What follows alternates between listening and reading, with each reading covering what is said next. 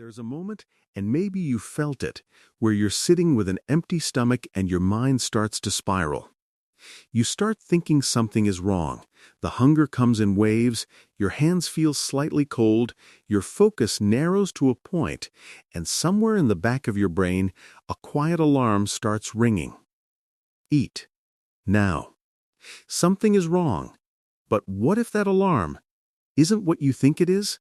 What if the discomfort you're feeling isn't your body breaking down, but your body waking up?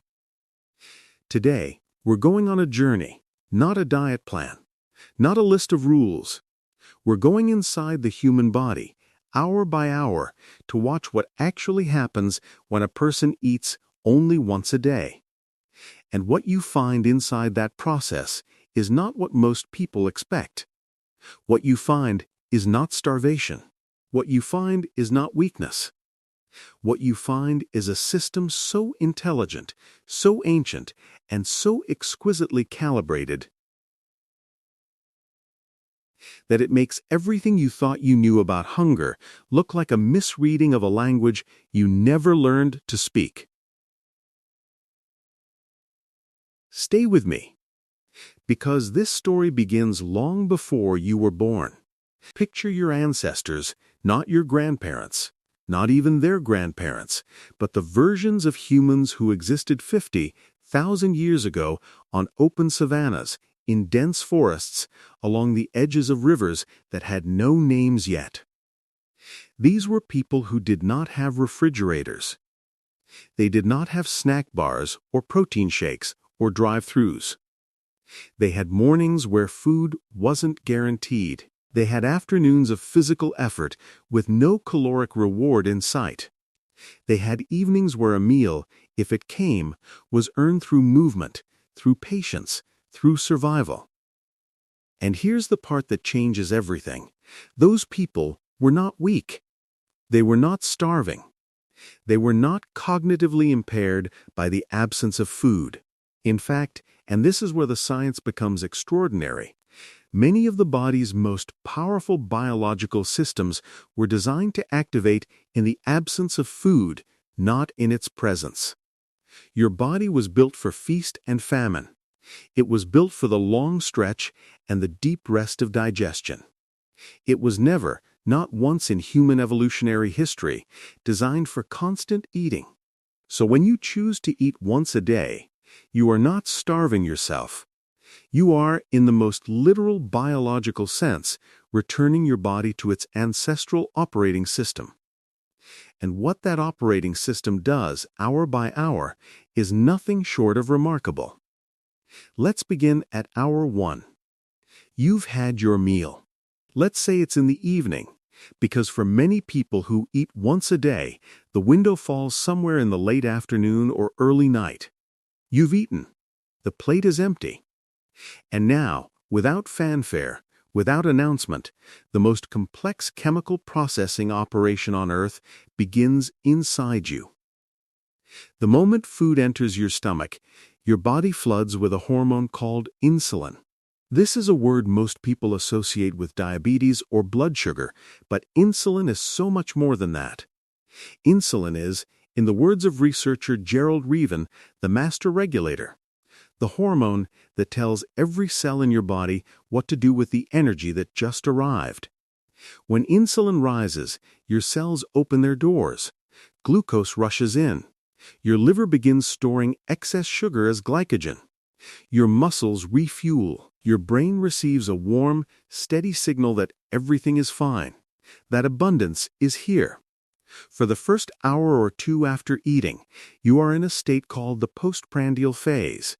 Postprandial simply meaning after the meal. Your body is busy. Enzymes are breaking proteins into amino acids. Fats are being emulsified by bile and absorbed through the walls of your small intestine. Carbohydrates are being converted and stored. Your digestive system, which is essentially its own nervous system, called the enteric nervous system, sometimes called the second brain, is running at full operational capacity. The vagus nerve, that long-wandering highway connecting your gut to your brainstem, is humming with electrical signals. This is food. process it, absorb it, use it. In these first hours, you might feel warm, slightly drowsy, content. That's not weakness. That's biology at work. A large portion of your blood supply has been redirected to your digestive organs, your stomach, your small intestine, your liver, to support the work of processing what you've eaten. This is why, across almost every culture on Earth, there is some tradition of rest after a large meal. Your ancestors understood, intuitively, what your physiology was doing. But here's what most people don't realize. This window of processing, this postprandial phase, is not the interesting part. The interesting part comes later, much later. The interesting part comes when the meal has been absorbed, when insulin begins to fall, and when your body quietly, methodically shifts into an entirely different mode of operation. Let's move to hour 3 or 4. By now, the active digestion of your meal is largely complete. Your small intestine has absorbed the bulk of the nutrients. Insulin levels, which peaked perhaps an hour after your meal, are beginning to descend. And as insulin falls, another hormone begins to rise, a hormone called glucagon. Glucagon is insulin's molecular opposite. Where insulin says store, glucagon says release. Where insulin locks energy inside cells, glucagon opens the storage vaults.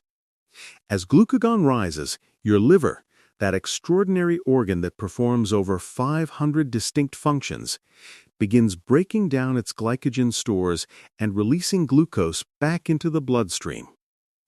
This is called glycogenolysis. It is your body's first line of energy defense in the absence of incoming food.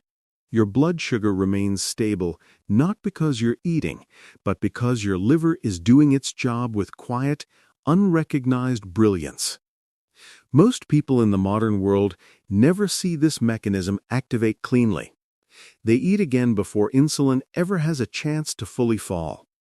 They interrupt the process at hour 3 or 4 with a snack, something healthy, something small. And insulin rises again. The storage cycle restarts. Glucagon never gets its moment. The liver never gets to release, and the body, perpetually in the postprandial state, never fully transitions into its repair and mobilization mode. But for someone eating once a day, this is where the journey is just beginning. Hour 5. Hour 6. The body has fully transitioned out of the fed state. Insulin is low. Glucagon is active.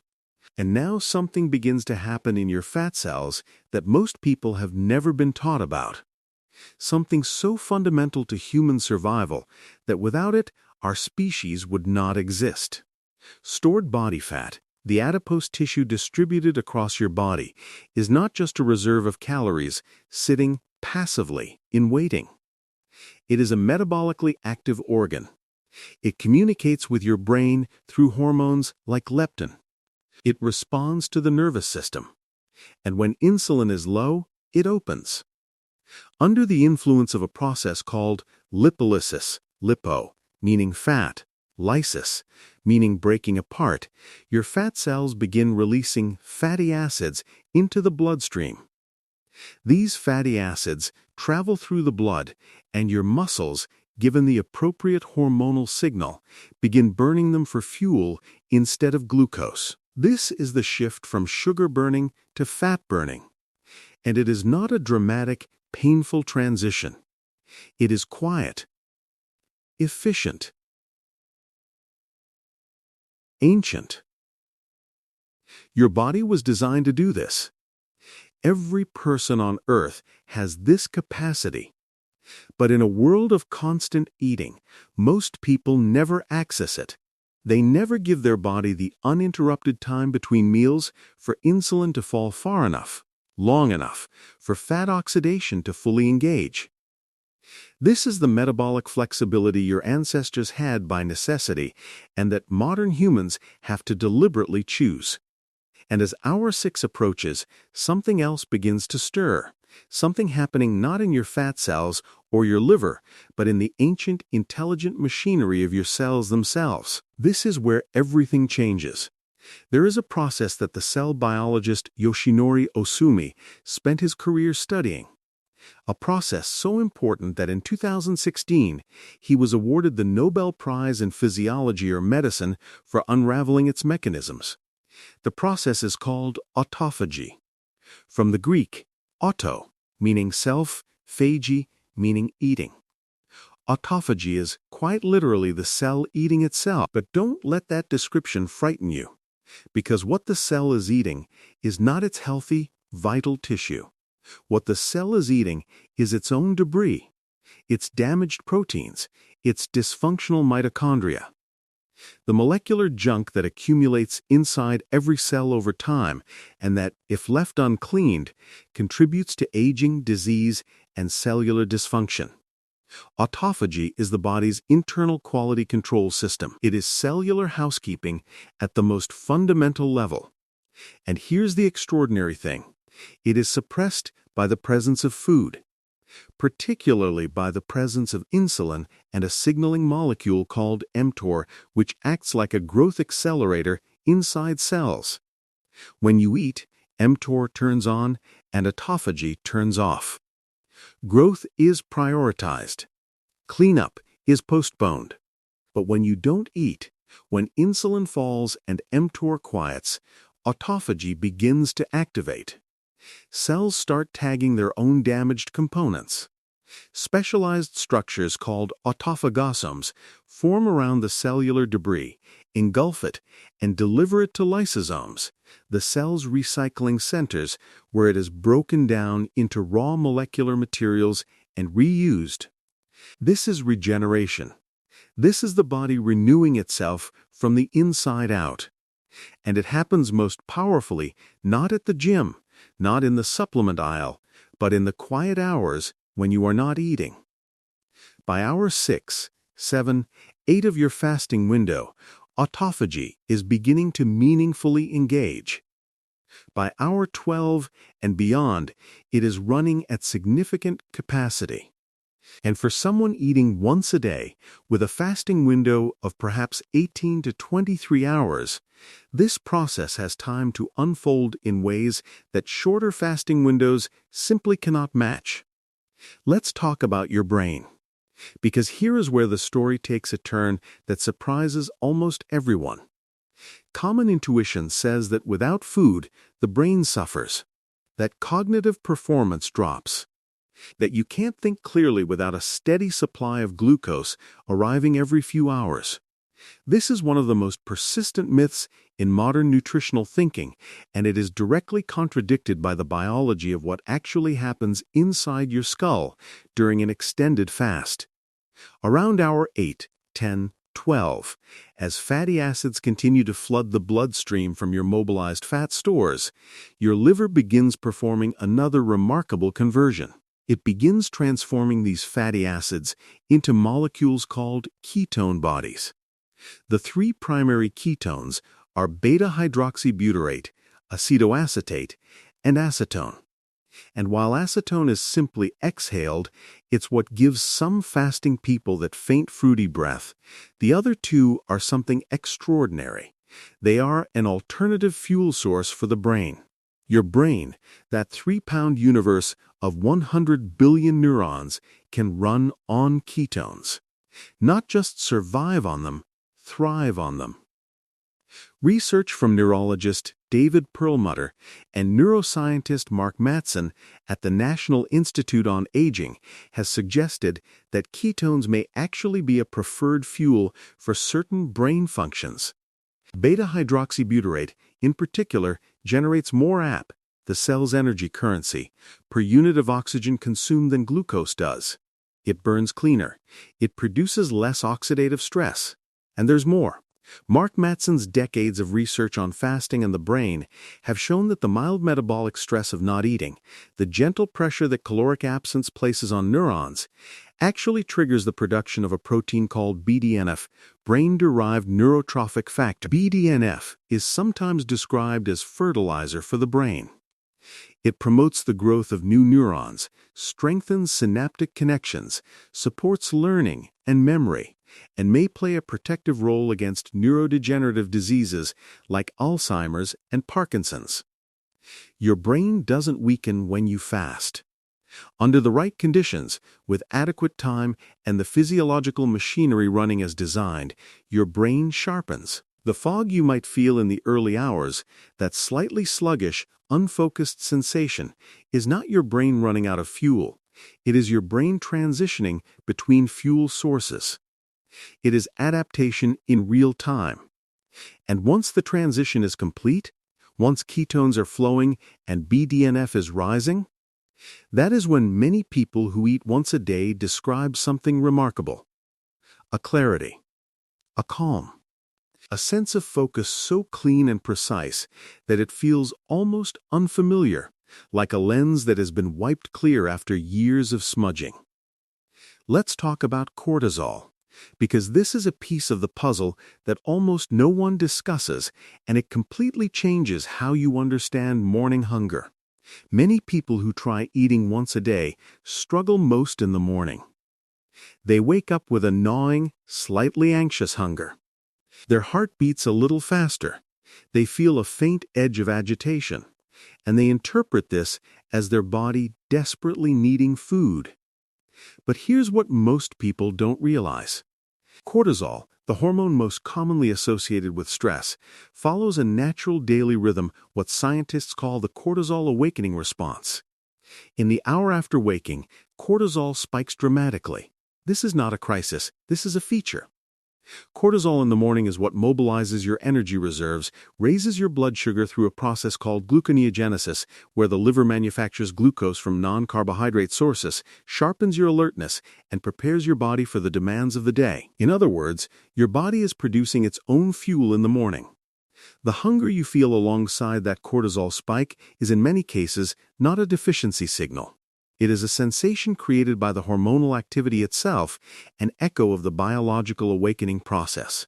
And for most people, if they simply move through it, drink water, get some sunlight, engage with their morning routine, the hunger subsides within 30 to 60 minutes, replaced by something that begins to feel quite a bit like clarity. This is not willpower. This is biology. And understanding the difference changes everything. By hour 12, something is happening in your cardiovascular system as well. Inflammation, chronic, low-grade, systemic inflammation, is now recognized as one of the primary drivers of almost every major modern disease. Cardiovascular disease, type 2 diabetes, certain cancers, Alzheimer's, autoimmune conditions. Inflammation is a common thread woven through all of them. And the modern pattern of eating, frequent, processed, high glycemic meals, is one of the most consistent drivers of chronic inflammation that researchers have identified. When you fast for extended periods, inflammatory markers fall. Interleukin-6, C-reactive protein, tumor necrosis factor alpha. These molecules, which measure the body's internal inflammatory state, decrease during fasting. The immune system, freed from the constant work of managing postprandial inflammatory responses, begins to recalibrate. Studies published in journals like Cell Metabolism and the New England Journal of Medicine have documented these effects repeatedly and across diverse populations. Your blood pressure may begin to ease. Your triglycerides, blood fats associated with cardiovascular risk, begin to fall as fat oxidation increases and the liver processes circulating lipids more efficiently. LDL particle size, which matters more than total LDL for cardiovascular risk, tends to shift toward larger, less harmful configurations during periods of metabolic fat adaptation. The cardiovascular system, like every other system in the body, is not passive. It is responsive. It is adaptive. And given the right conditions, the hormonal environment created by extended fasting, it moves toward balance in ways that no supplement, no superfood, no pharmaceutical has ever been able to fully replicate. Let's visit the gut, because the microbiome, that vast, living ecosystem of trillions of bacteria, fungi, and other microorganisms that inhabit your digestive tract, is perhaps the most underappreciated beneficiary of an eating once-a-day pattern. Your gut microbiome is not a passive passenger.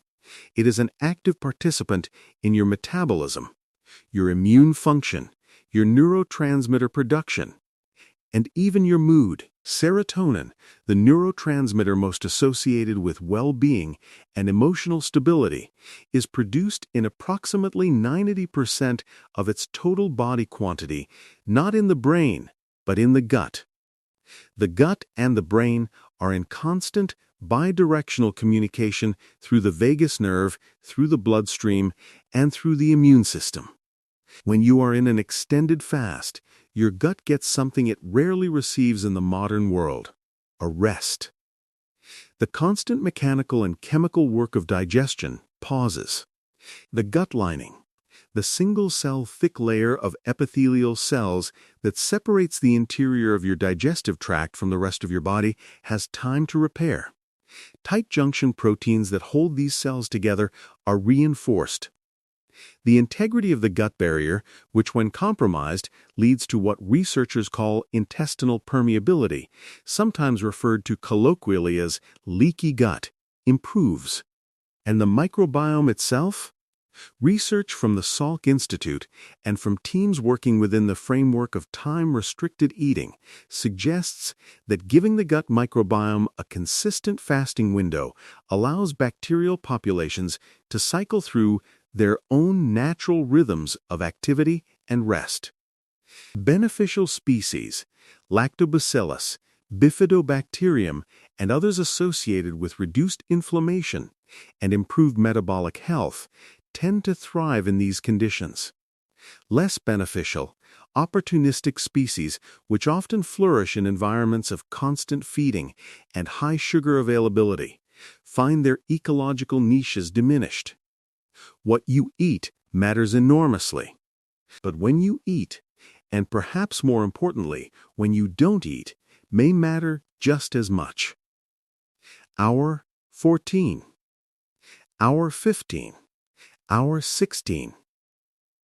If you are sleeping through some of these hours, as many people who eat in the evening are, something extraordinary is happening in concert with your sleep cycles. Human growth hormone is released in pulses throughout the night, with the largest pulse occurring in the first few hours of deep sleep, during slow-wave sleep.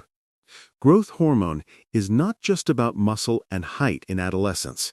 In adults, it is a master regulator of repair. It drives the rebuilding of muscle tissue, the maintenance of bone density, the breakdown of fat, and the support of immune function. It has anti-aging effects at the cellular level.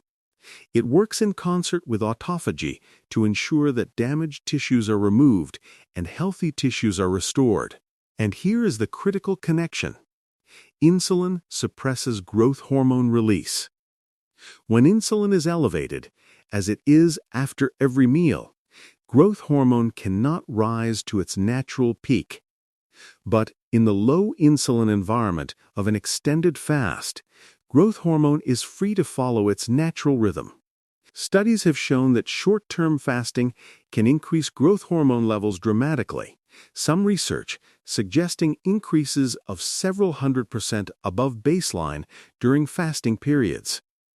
Your body, in the quiet darkness of a fasting night, is engaged in profound biological maintenance. Cells are being cleaned through autophagy.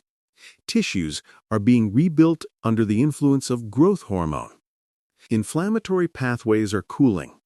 The nervous system is consolidating the day's learning into long-term memory through sleep-dependent synaptic pruning.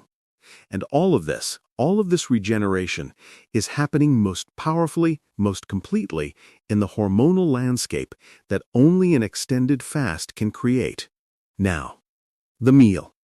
Let's say it's evening or late afternoon. You've moved through your day in a fasted state. You've felt the early waves of hunger, moved through them, found the clarity on the other side. And now You sit down to eat. And this is where something shifts in the body that is as profound as everything that came before it. When you eat after an extended fast, your digestive system, rested, prepared, primed, responds with remarkable efficiency. Digestive enzymes are abundant. Stomach acid is appropriately elevated. The gut motility that moves food through your system is well calibrated. Nutrient absorption, some researchers suggest, may actually be enhanced in the fasted then fed state compared to the perpetually fed state. Your cells, having spent hours in a low-nutrient environment and having activated their own internal recycling, are particularly receptive to incoming amino acids, fatty acids, and micronutrients. But here's what most people don't realize about the meal itself.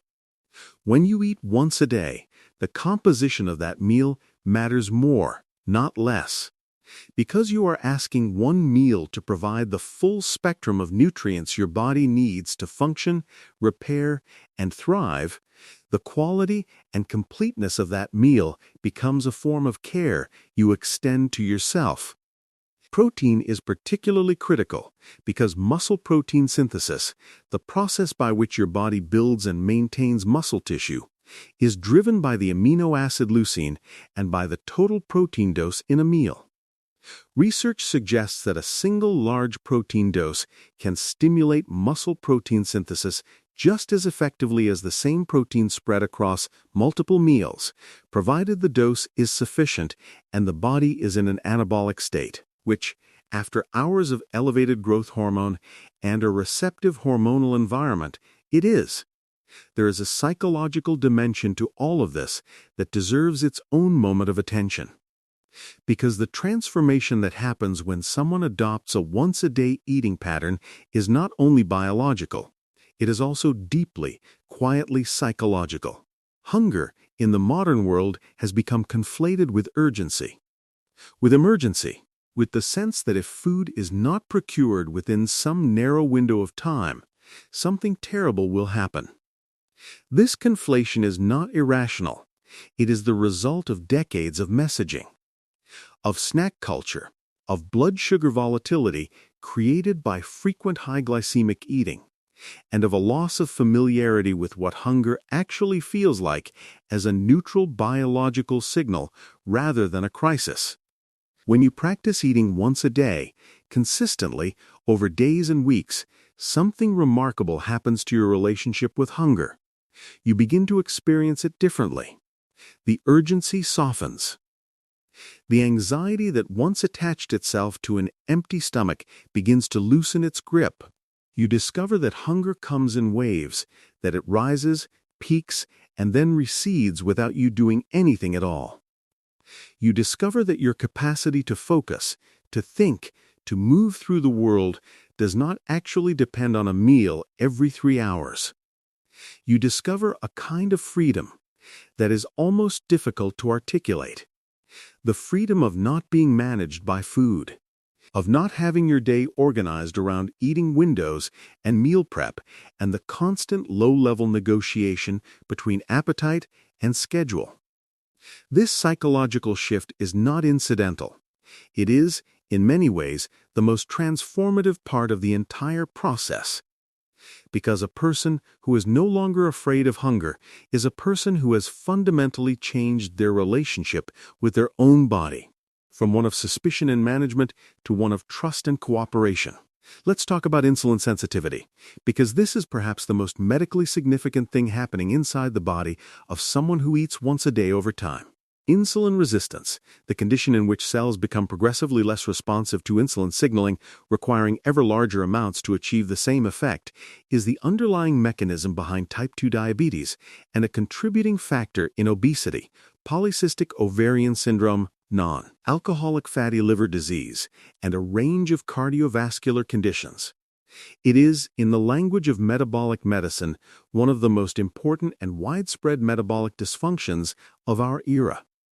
And it is driven, more than almost any other single factor, by chronic hyperinsulinemia, chronically elevated insulin levels, which is caused by frequent eating.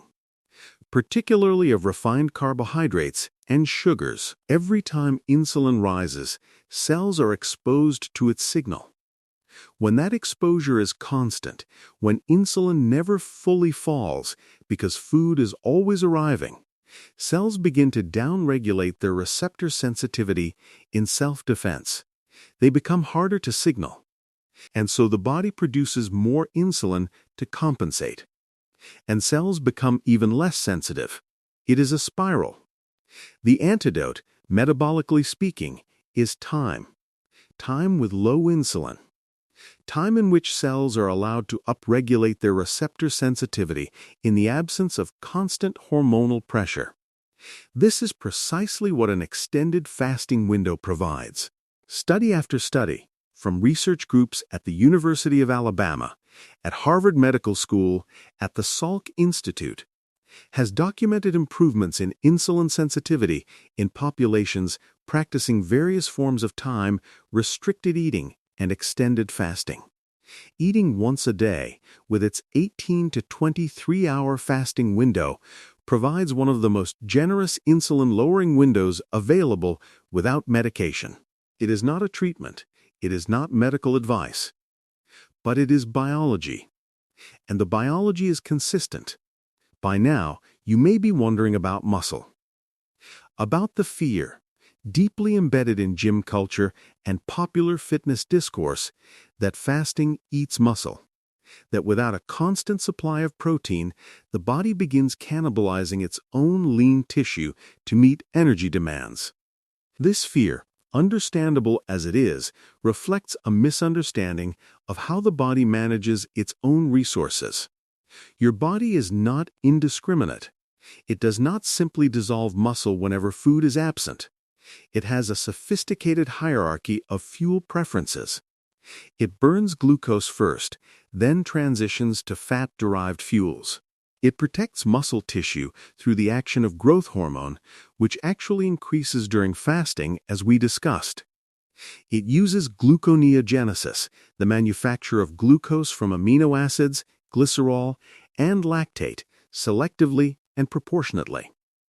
And crucially, autophagy preferentially targets damaged, dysfunctional proteins and cellular components rather than healthy, functional muscle tissue. The scientific literature on this is now fairly clear. In the short to medium term, fasting does not cause meaningful muscle loss in people who are eating adequate protein in their feeding window and engaging in resistance training. In fact, some research suggests that the combination of fasting and resistance training may optimize the hormonal environment for body recomposition, the simultaneous loss of fat mass and preservation, or even gain of lean mass, more effectively than traditional multi-meal approaches combined with caloric restriction. What matters is what you do in the window when you do eat, and what you do in the hours before that window opens. How you move, how you sleep, how you manage stress shapes what the body is reaching for when it finally receives nourishment. There is one more system we need to visit before we bring this journey to its close. And it's one of the most intimate, most personal systems in the human body: the nervous system. More specifically, the autonomic nervous system, the part of your nervous system that operates below conscious control, regulating heart rate, breathing, digestion, immune function, and the fundamental tone of your inner life.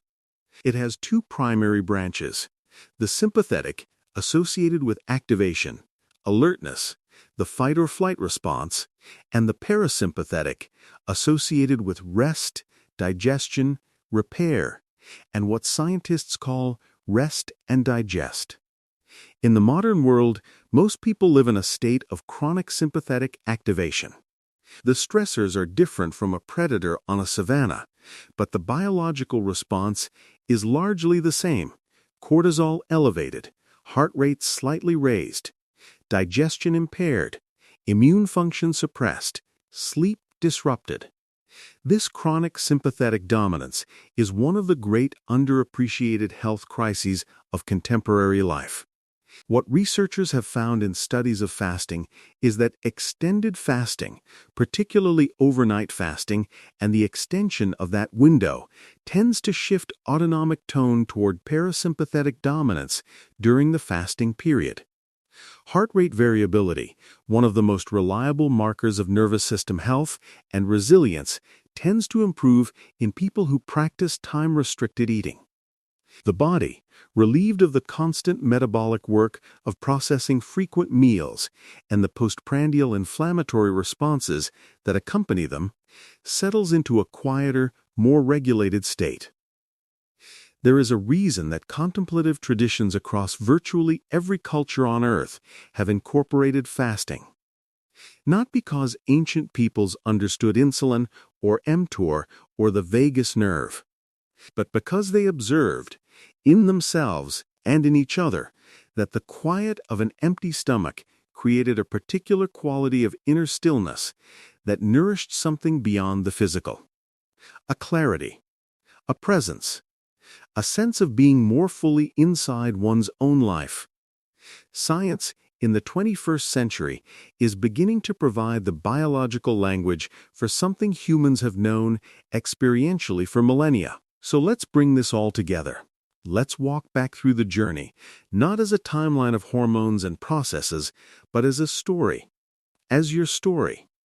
You wake up. Your cortisol rises. Your liver releases glucose. Your body, elegant and self-sufficient, fuels its own morning from its own reserves. You move through the hunger. You find in its wake a particular kind of focus. Clean. Calm. Precise. Your fat cells are opening. Your blood is carrying fatty acids to muscles, to organs, to the quiet biochemical furnaces that keep you alive and alert. Autophagy is running. Cells are cleaning themselves. Growth hormone is cycling. Inflammation is falling. Your gut is resting. Your microbiome is finding its own rhythm. Hours pass. You move through your day not in spite of the fast, but, in a very real sense, because of it. Powered by your own stored energy, sharpened by the neurochemical cascade of BDNF and ketones, your brain is doing something it rarely gets to do in the constant feeding model, running clear. And then, the meal. You eat. You eat well. You eat fully. Your body receives the nutrients with the gratitude of a system that has been primed to absorb, to use, to build. Insulin rises. mTOR activates. Growth begins. The cells that were cleaned are now replenished.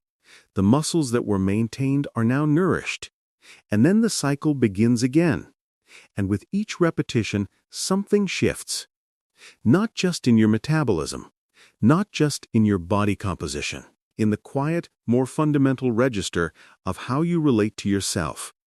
You begin to trust your body, not conditionally, not nervously, but as you trust an old wise companion who has been doing its job reliably and brilliantly for the entirety of your life, even when you didn't understand what it was doing. Your body is not fragile. That is perhaps the most important thing this entire journey has been trying to say. It is not a machine that breaks if you skip a meal. It is not a crisis waiting to happen every time your stomach empties. It is not dependent on a constant external supply of fuel to function, to think, to heal, to grow. Your body is ancient.